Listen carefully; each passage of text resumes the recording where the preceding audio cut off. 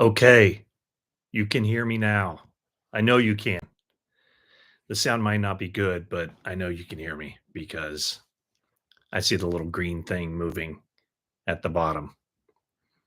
So, thank you, everybody.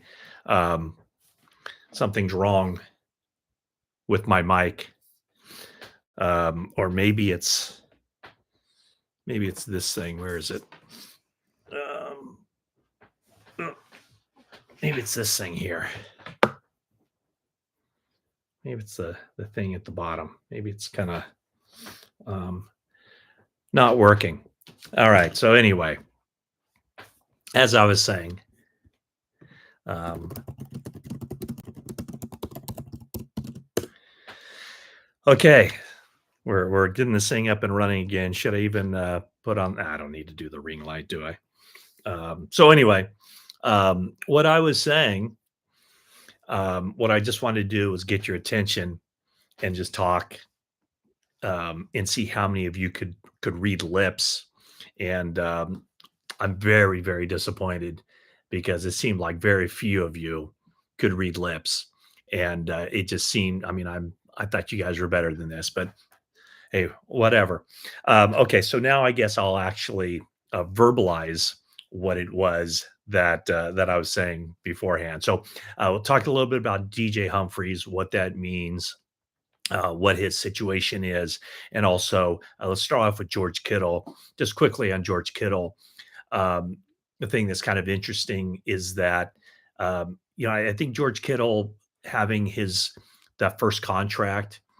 Um, or the second contract, I should say, already getting his big money made him and his representation a little less uh, determined to just grind it for all they could because he's already gotten his big money.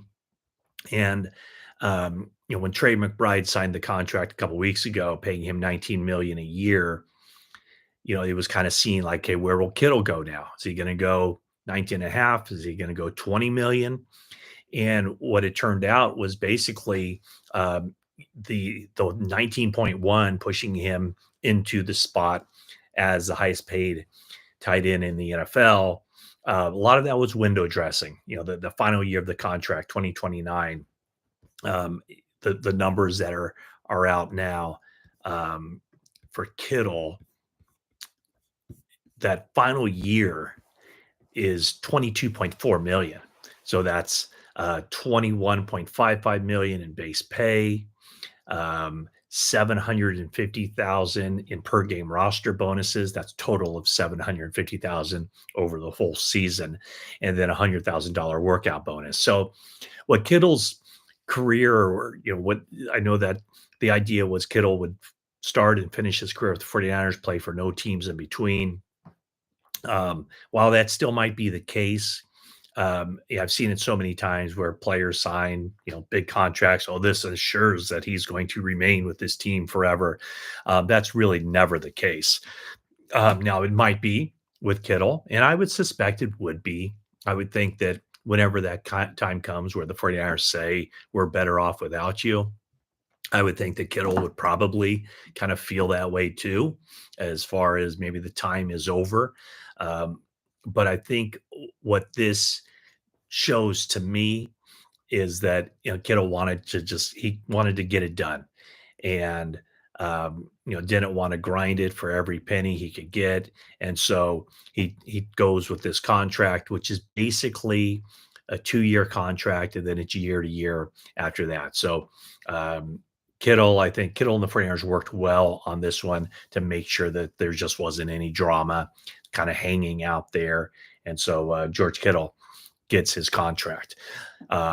It certainly seems like everything's moving in a positive direction with Brock Purdy, probably even with Fred Warner, as the 49ers, as they started this offseason. Their idea was to cut salary cap costs for the future because they knew that these 3 big money contracts were going to be coming up with some guaranteed money here in year one. They want to get younger. They certainly have done that with the addition of 11 draft picks, all of whom appears to have a decent shot of making the team. I'd say certainly, 8 of the guys on the team will make the team. So that's 8 rookies. Um, and then, yeah, and then the 49ers are determined to pay their money to this offseason to Kittle, to Warner, and of course to Purdy. Okay, so the other thing, of course, that was the big topic of the day in the NFL draft, or right after it or during it, was offensive line. And when you look at where the 49ers were, I don't know if I said this on the last uh, YouTube live we did here, but the one area, the one time where I thought the 49ers could take an offensive tackle, and maybe they were going to take one, was in the third round, and they had the 100th pick in the draft. And at 99, Las Vegas took an offensive tackle, Charles Grant from William and Mary, and he's um, looks to be a guy who potentially could be a starter down the road, but could factor in year one as a swing tackle, could play left tackle down the road. Wouldn't be considered a year one starter for the 49ers, but potentially could be that, like I said, next year or the year after or whenever. When the Vegas Raiders took Charles Grant at number 99, the next pick was the 49ers. That's when they took Upton Stout, the nickelback from Western Kentucky. So, when John Lynch talks about, they had some opportunities, they looked at some guys, but, they didn't want to reach for an offensive tackle. And I'm not saying that I know that for sure, that the 49ers would have taken Charles Grant. But to me, that was probably the most likely scenario where they were kind of focused in on, or at least looking at an offensive lineman earlier in the draft. And when the guy they wanted, potentially wanted, wasn't there, then instead of just taking the next offensive lineman on their board, they went with the nickelback. So that talk about the offensive line brings us to DJ Humphries. And as was announced by his agency on Tuesday, DJ Humphries, a longtime Arizona Cardinal player, entered the NFL in the 2015 draft as a 24th overall pick. He's 31 years old, so he's not ancient. Yes, he's on the wrong side of 30, but not super ancient. Might have a couple more years left in him. Seems to be a really neat guy who should fit in pretty well with the 49ers. So yeah, he was with the Arizona Cardinals. He's had some injuries here in recent years, a back issue in November of 2022 that landed him on IR with the Cardinals. In December of 2023, tore his ACL, and then the Cardinals released him in March of 2024. Kansas City signed him in November of last season, and he actually wasn't with the team for too long, and they put him out there and had him play 60 snaps in week 14 against the Chargers.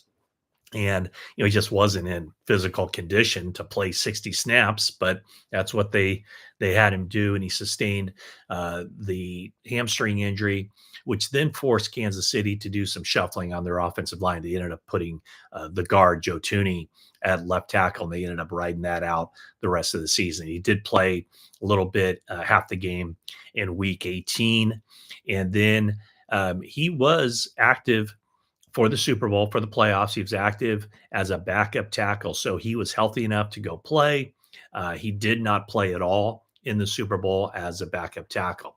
So, what does DJ Humphries bring to the table? Like I said, it feels like he's healthy. He had said during Super Bowl week that he was ready to go. He did say that it was probably a mistake for him to play as much as he did so early with Kansas City, that just pushing him out there for the entire game in week 14 kind of ended any chance of him being a major contributor the rest of the year. So, like I said, he had that hamstring injury, but the hamstring's fine. The ACL is getting stronger. And so now, when you look at where the 49ers are, there was that possibility or that likelihood that they would sign a veteran player after the draft, because once you sign a player after the draft is over, no player, either players coming or going, count toward the NFL's compensatory formula, and that's something the 49ers keep a big time eye on, especially where they are with their situation. They um, they're what they want to do is keep an eye on that compensatory formula, especially this year when they knew there's going to be so many goings and very few comings. They didn't want to take away the potential of a draft pick in 2026 by adding somebody late in the process. So where the 49ers are right now with the compensatory, according to overthecap.com, they keep a really good running tab on this. But right now, the 49ers are projected to get 3 compensatory draft picks. And so those are for the net losses, 6 net losses, 3 gains. And so the losses that would factor into draft picks: Aaron Banks, a 4th round pick; Charvarius Ward, a 4th round pick; and Talanoa Hufanga, a 5th round pick. And so, therefore, the guys that kind of cancel out: Jalen Moore, Dre Greenlaw, Joshua Dobbs, those guys are canceled out by the 49ers, adding Demarcus Robinson, Luke Farrell, and Mac Jones. Now, um, the exact formula that the NFL uses for compensatory picks is not known. NFL keeps that somewhat secret, but people have kind of figured it out. And the main thing is just the contract that they sign to leave a team average per year. But then there's also how much a player plays and performs, and the level of play is factored into that as well. So those compensatory picks, although right now look pretty solid, that the 49ers will get 3 very decent compensatory picks that won't be finalized until about 11 months from now, about a month before the draft. Okay, so I'm glad that everybody can hear me. I see some comments, and Ty and Jess, thank you very much for alerting me via text message, because I was not paying attention to what anybody was saying during this time. So on the previous chat, the chat that has gone into to die somewhere in the ether, it was really good. I got to say, it was probably some of my best work, and I'm very disappointed that you guys missed that, and that's something it's. I don't know that it can ever be replicated. It was There were hot takes. There was would have I'd said stuff that would have blown your mind, but I've already forgotten what I said. So uh, there's no uh, there's no reenactment necessary or possible for that first chat. All right, here we go. Yep, Ty, I revealed all the secrets when I was muted, and I just and now I've had a little bit of coffee, and I don't think that a moment in time can ever be duplicated. So um, maybe my days of using uh, this mic, maybe it's over. It's a good mic. I think the issue was, yeah, the connection. I don't know what's wrong with it. Anyway, that's neither here nor there. So we're not going to spend too much time on here today, but just wanted to just kind of see what's on your mind. Everybody giving me the thumbs up. You got to admit, there's a tactical advantage for me doing that, just screwing things up so badly that you can't hear me. I think now maybe you don't take this for granted, and it's like letting the drama and the everything kind of build up to this crescendo of when you can actually hear me. So um, thank you for everybody for we got the bicep emojis, we got the fire emojis. I love it. Okay. um let's see. Spy Nick Danger, hit that like button. Should I hit the like button too? I don't know if I can do that. That also might be that's probably taboo, right? For the host to hit the like button. But yeah, how many likes do we have? 21 likes. There's 22. Let's see if we can get up a little bit more. Um, yeah, so Prague won't pay Brock more than 50 million per year. You know what? I'm saying he does. Um, what I'd been hearing was, one of the first 49ers offers was 49.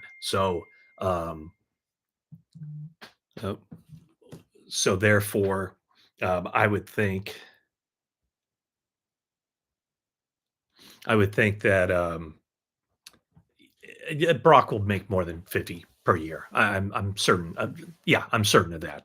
I would think that maybe the sweet spot, and I don't think Brock Purdy's camp wants to hear this, but I would think the sweet spot would be, 53, 54, 55, right around there. If you were to tell me what that number would be like, the question is that, because of, I think I talked about this a couple weeks ago, where um, how the salary cap has risen, that Brock Purdy's contract, if it's at 55, which places him in that very high tier of NFL quarterbacks, if it's 55 million, it is a lower percentage of the cap when the contract was signed than any other of those top tier quarterbacks. What the 49ers, I'm sure, would say was that it doesn't matter what percentage of the cap it is, 55 million is 55 million. And if you look at um, Dak Prescott being the outlier, everybody else is making 55 million, or at least that next tier is making 55 million. You know, Josh Allen, Joe Burrow, um, who else? Trevor Lawrence, Jordan Love. I think all those guys. Is Tua making? No, Tua's making like 53 million. But so anyway, the person where I said, is it Jolly Joji? Joji says Prague won't pay Brock more than 50 million. I disagree. I say that he will get more than 50 million. Let's see here. Let's celebrate tonight on your channel for 85. Hope to see you wearing his jersey. What's going on tonight? I'll probably be watching the Warriors tonight, so I probably won't be doing much YouTubing tonight. Here we go. Maybe we can sign another O lineman later off another team's practice squad after the 53-man cut. Yeah, I mean, the 49ers, I think this year, they will see, like if they like how DJ Humphries looks, or Spencer Burford, Austin Pleasance, then they'll be very content with what they have at the backup offensive line positions. Well, let's just look at it this way. Right now, 49ers offensive line, let's just say 49ers offensive line as of right now, the guys who are going to be starters when the season begins: Trent Williams, Ben Barch, Jake Brendel, Dominic Pooney, Colt McKivitz. So that's five. And then, let's just say DJ Humphries makes it through okay. He looks like the DJ Humphries of old or something approaching that. DJ Humphries, backup. Spencer Burford, backup. And then it's a matter of who else. Uh, would it be uh, Nick Zakel, Matt Hennessy, um, Nick Zakel, Matt Hennessy, Austin Pleasance, um, Drake Nugent, um, and Connor Colby. So, teams typically keep 9 or 10 offensive linemen on their 53 man. You can suit up 8 offensive linemen for a game, or teams suit up 8 offensive linemen for a game. So let's just say that the backups are, I would say Humphreys for sure. I would say Burford for sure, if Burford isn't a starter, but let's just say he is, with Barch as a starter, and then one other guy, whether that's Nugent, Zakel, Colby. So I would say that the offensive line, certainly not perfect by any stretch. Of course not. No one's going to say that. Um, And so anyway, I think that they if they could add somebody, they will. But I don't know that that's a lot of it is just how they make it through healthy through this. Through this, Hennessy is a guy who could play guard and center, so that gives the 49ers some flexibility there. Um, maybe they maybe they keep an interior. Burford is a guy that has position flexibility where he can play guard or tackle. So I think he's important to keep around as one of those 8 offensive linemen. And then, a guy like Hennessy can play guard or center. And then we'll see what the future holds for Drake Nugent and how he's able to adapt and grow in this offense as well. Um, what else do we have here? But yeah, that comes from Spy Nick Danger about signing a player off another team's practice squad. It's good. It would have to be a team that runs a system very similar to the 49ers, the outside zone, so they see that. Um, are the 49ers going to extend McKivitz, or is he going to test free agency? That's a really good question. A little bit of background here. Late in the season, where were we? Um, was it Tampa? Yeah, it was right around, I think, yeah. So it's kind of late in the season. Colt McKivitz hired a new agent. He is represented by the same agent who represents Brock Purdy. Colt McKivitz, if you look at Jalen Moore's contract, $15 million a season. He was a backup with the 49ers. And so McKivitz gave the 49ers or settled for or couldn't get more than what he got with his last contract from the team. But now heading into his third year as a starter, and knowing how offensive linemen get paid in the NFL, um, Colt McKivitz at he's going to be turning 20. Well, he's going to be turning 29, 29 years old. Wow, my voice is giving out. Yeah, he's going to be turning 29 years old in August. Um, he's I would be surprised if he signs a contract, that pays him 5-6 million a year for starting right tackle in the NFL. Um, Probably can get more than that. So my thought would be, unless the 49ers come in with a really, really nice contract offer with some guaranteed money, that McKivitz will play this thing out and bet on himself, because I do think that he has gotten better every year he's been the starter. This is only his third year as a starter, so I guess he got better from year one to year two. I think that, as we've seen with offensive linemen, how difficult it is to find them, and when they become available on the open market, the kind of money they get paid. Um, I think that he is in line to get a very good contract, either from the 49ers or from some other team. Um, let's see here. Pine Needle says it'll actually be over 60. I don't think it'll be over 60. We're talking about Brock Purdy's contract. I don't think it'll be over 60, but I mean, I would I would be equally confident in saying it will be over 50 and it won't be over 60. So there you go. Let's see. What else do we got here? Um, oh, there we okay. The comments kind of jump around on me a little bit here. Um, who cares how much Brock Purdy makes? Oh, come on, Ty. Brock cares, and you know what? And everybody cares, because it's interesting to see, and it also um, it does kind of set the franchise in motion as far as um, the available cap space for other players. So yeah, I think it's relevant, and it'll be interesting to see exactly what number they land on. Um, Hello, or shall I say good morning? Good morning. Um, I am feeling better. Any update on Brock? I wouldn't say that I don't have anything specific updates, Gold Rush. So what I am understanding, well, as of a couple weeks ago, it wasn't close, and I said it wasn't close.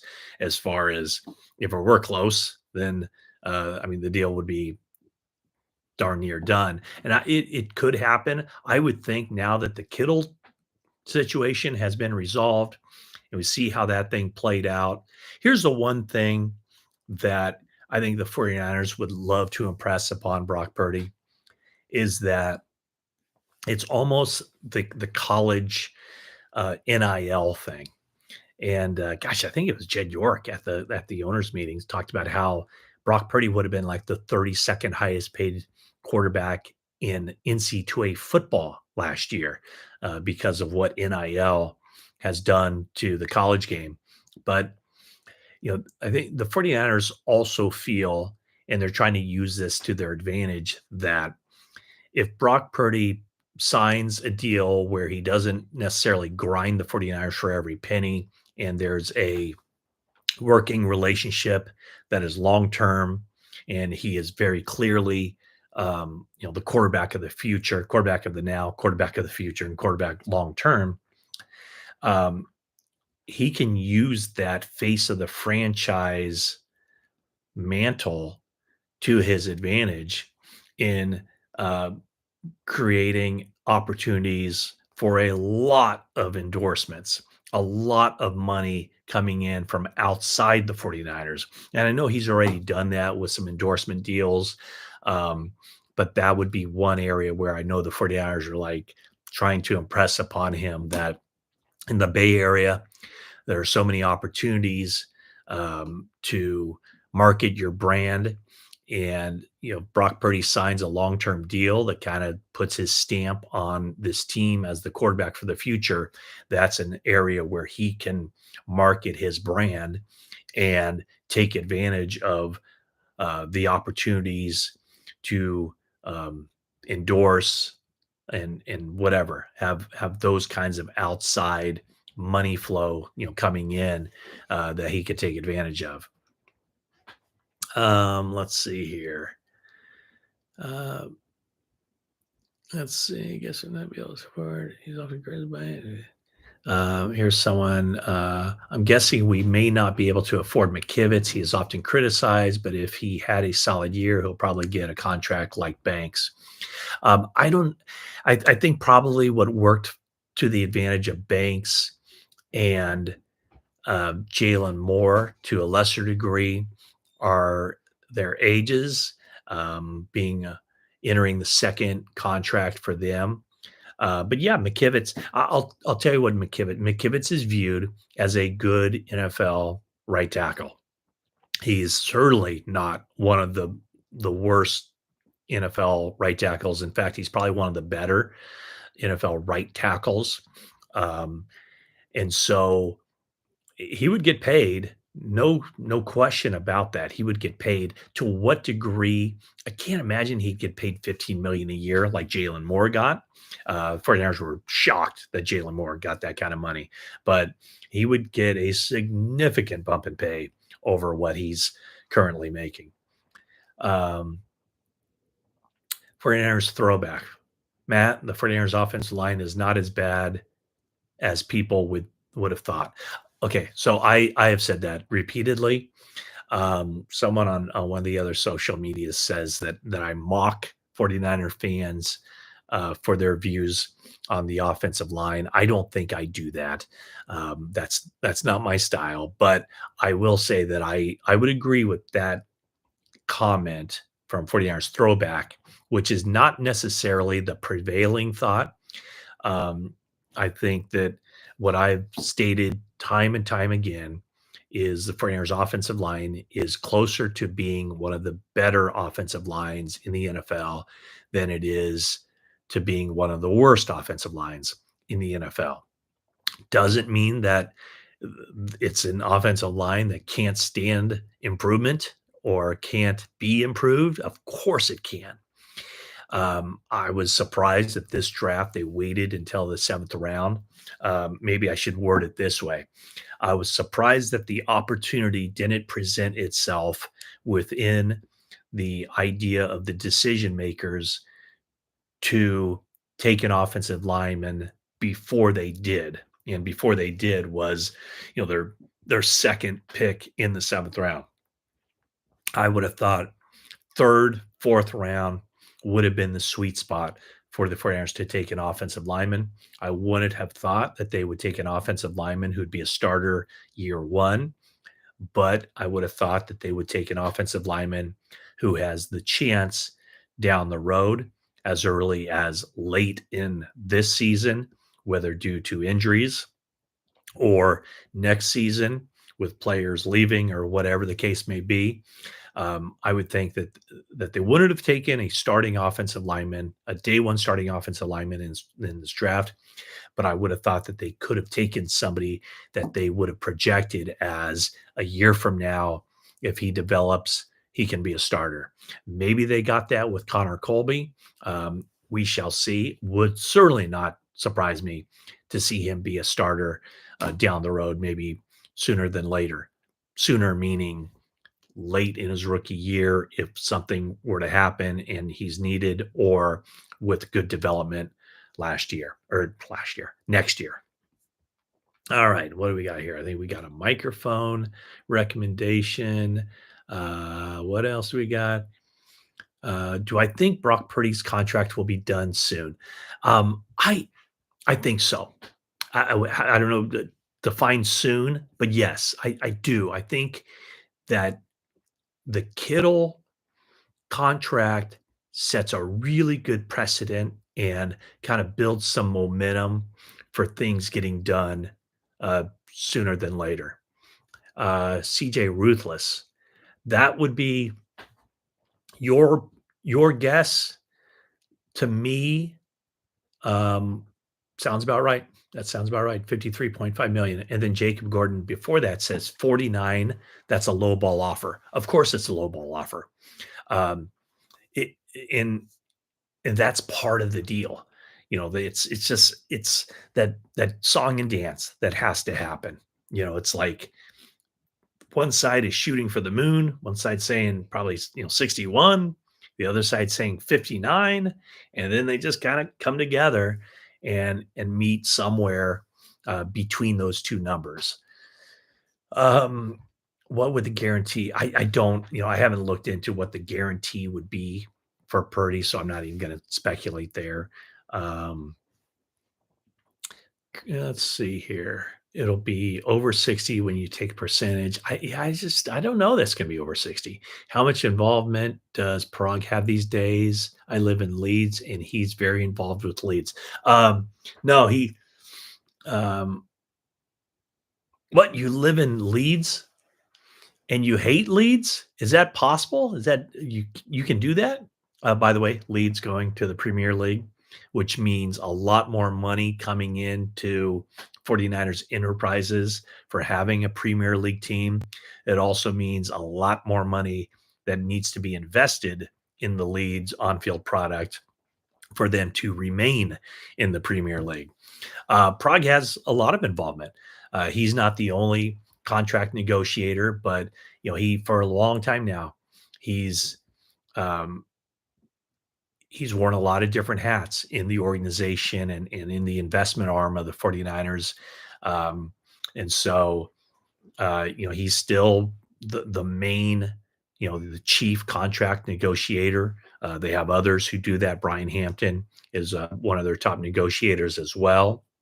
But yeah, I don't think there's any question. Prague is very influential when it comes to uh, detailing, putting together the team's structure, as contracts, as far as the 3-year planning and everything else. Um, the other part of it, the R&D, research and data, it's something that John Lynch has talked a lot more about here in recent drafts. That's all part of it as well. So but I think a lot of that is kind of spearheaded by Prague. Let's see here. The only thing that worries me is that Brock is small and the O line still needs work. However, Shanny goes back to running the ball, following play action, can stay healthy. Um, if you go percentage of caps, it's over 60 million. Yes, there's no question. I think I talked about that in one of my posts last week, as far as the percentage of cap. Um, however, I would think, I'm sure here's how the 49ers look at it is like, well, the percentage of cap is the same for every quarterback in every team. It's the percentage of cap when the contract was signed. But, right now, let's just say Joe Burrow at 55 million, his 55 million is still 55 million regardless of what the percentage of cap is.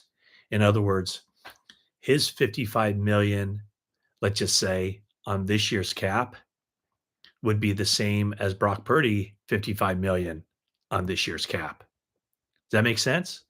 And I'm just trying to look at it from both sides here. What would the team be saying? It's like, well, why, you know, team is probably saying, well, why should Brock Purdy make more than Joe Burrow or this guy or that guy just because of when the deal was signed, how much it accounted for on the cap? Because that number then is different than that number now.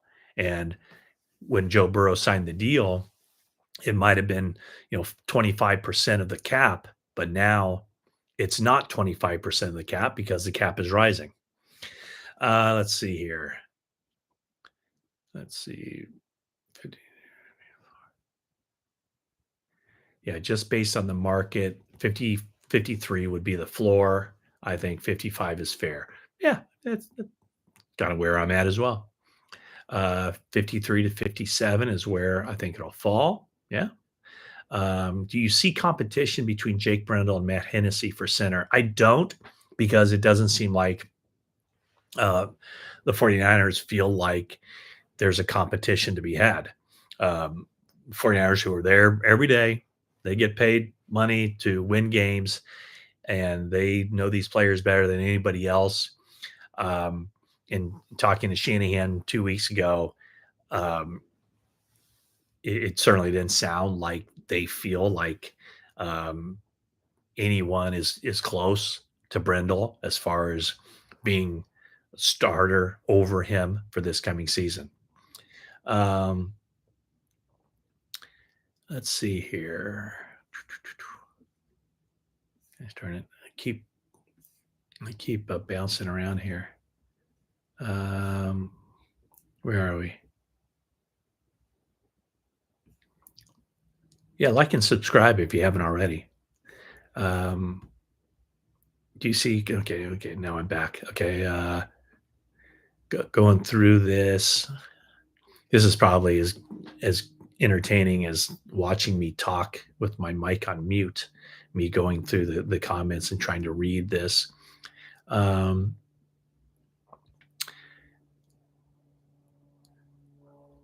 oh, did you really? Ty just got a text with news about Brock's contract. Huh. What's the news? Um, great minds can disagree. Of course, I love it. Yes, we can. Just yeah, as long as we keep it civil, right? And yeah, I mean, nobody is coming from things at the exact same vantage point or angle. Um, let's see here. Yeah, I mean, someone asked, Manuel asked, do you think the focus right now is probably on guaranteed money instead of, I'm assuming instead of average per year? It's kind of parallel tracks. It's the same thing. I mean, you want your average per year to be higher or the guaranteed money to be higher. So it's kind of this kind of threading the needle and kind of intersecting thing that always happens. Uh, well, okay, so CJ Ruthless asks that Brendel isn't very good. Hennessy and Zakel should get a chance. They get their chance. every day in practice, they get their chance. And they know the physical skills, they know the knowledge, they know the movement, they know everything about these players.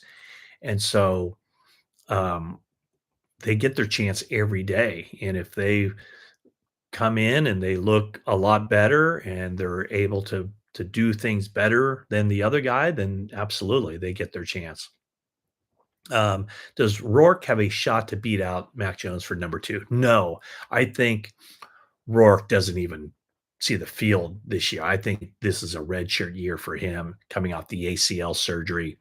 I would say that probably his first opportunity to be the number two would be for the 2027 season.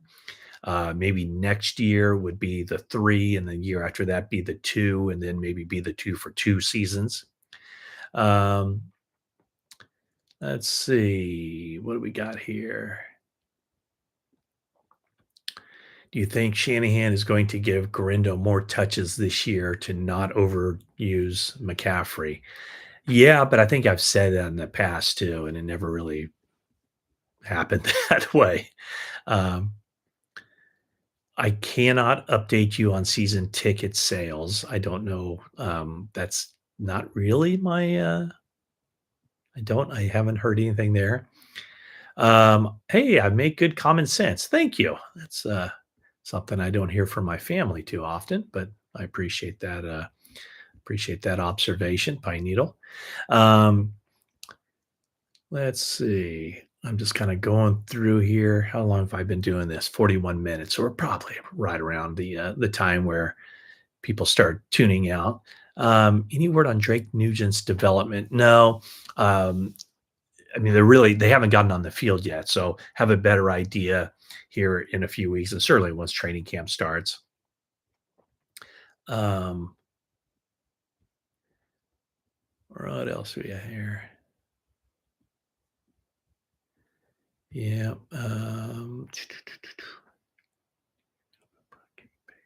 How comfortable do you feel about Brock getting paid? Do you think he can lead us to a Super Bowl?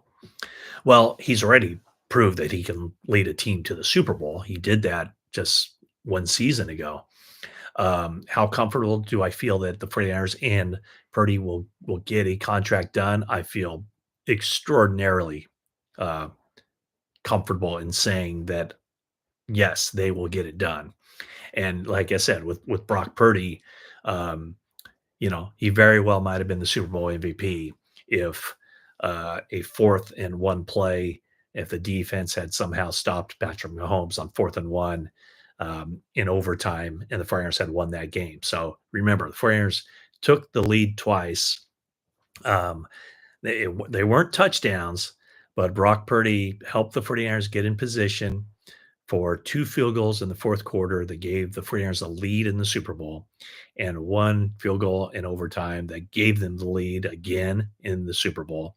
So to ask if he can lead the 49ers to the Super Bowl, the answer is quite clearly yes, because he's already done it. Um, let's see what else here. Um, I'm kind of bouncing around here because my thing. Okay, here we go. I'm back to where I was. Um,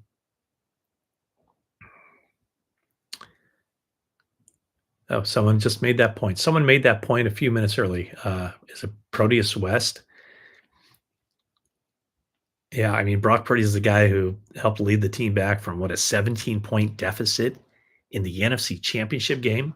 So he's proven he can do everything that needs to be done in the NFL. Uh,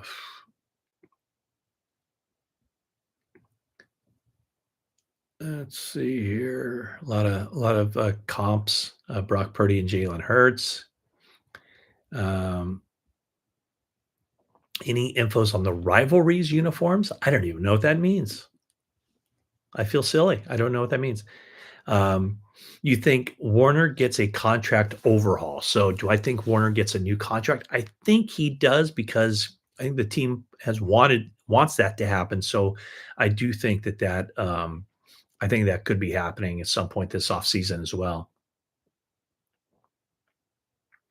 What do I think about Michael Williams? Well, after hearing what the 49ers have to say about him and why they picked him, I mean, it makes sense. The length, the athleticism, fact that he showed the toughness by playing injured throughout last season with the ankle injury, um, the off the field stuff, the leadership, the captainhood, all that. After the fact, it makes a ton of sense. Um, let's see here. Um, what else we got here?